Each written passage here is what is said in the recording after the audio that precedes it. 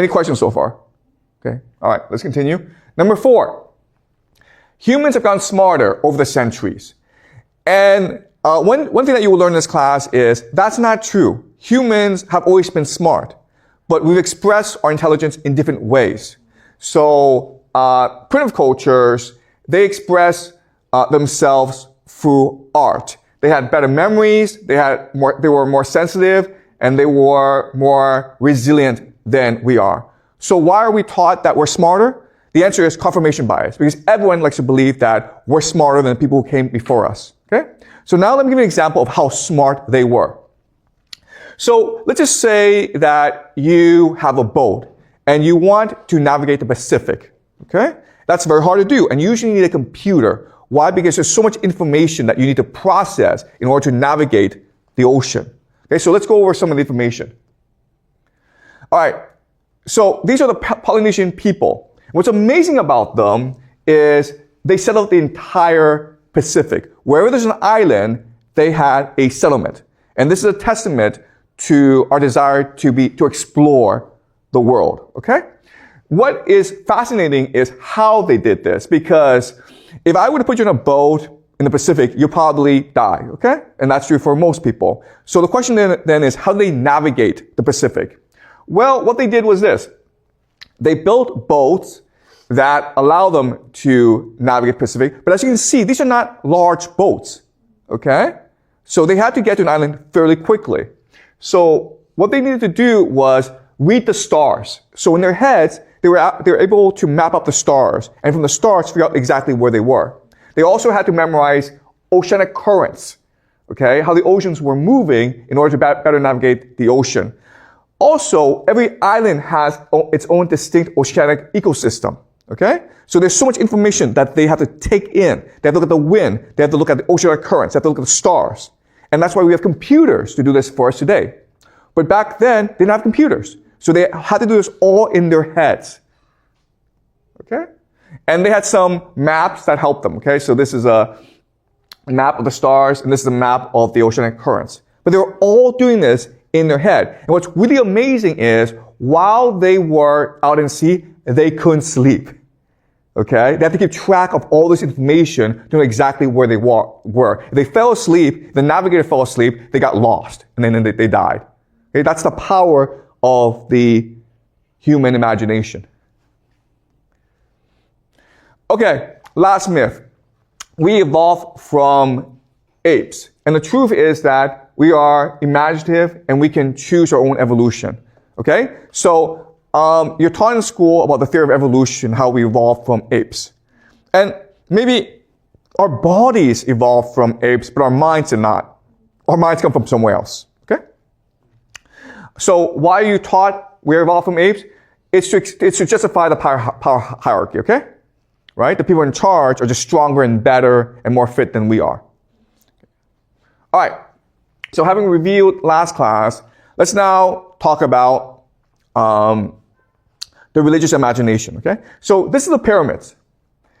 It was built 2400 BCE, and today it's the same pyramids. This is one of the most, yes? Yeah, go ahead. You said that the previous people are like smarter than today's because they can navigate the Pacific like just with the boat and don't sleep. But nowadays we use computer, right?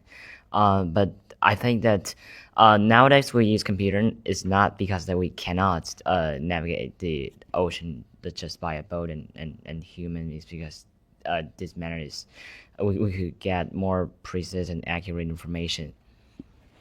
Okay, that's not true, okay? If I put you on a ceiling computer, you would die.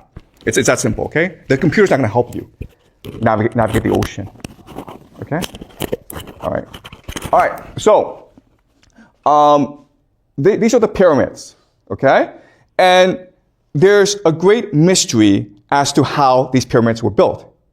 And you might have on the internet heard silly explanations like, aliens came and built the pyramids, okay? Or maybe the lost civilization of Atlantis gave the technology to the Egyptians to build the pyramids. And this is an example of confirmation bias. We think that we're smart and everyone before was stupid, okay? And what you'll learn in this class is that these people had an imagination that allowed them to build the pyramids. Okay, so I'm going to show you how they built the pyramids. All right, so as you can see, the pyramids are extremely complex structures, okay? And first of all, there's debate as to what the pyramid is. What are you taught in school what the pyramids are? What is it? Come on, you guys are taught all this in school, right? The pyramid is what? It's a tomb, right? Okay, guys, it's not a tomb. Okay, it looks like a tomb, but it's not a tomb. It's a temple, right? Okay? So, how do they build the pyramids?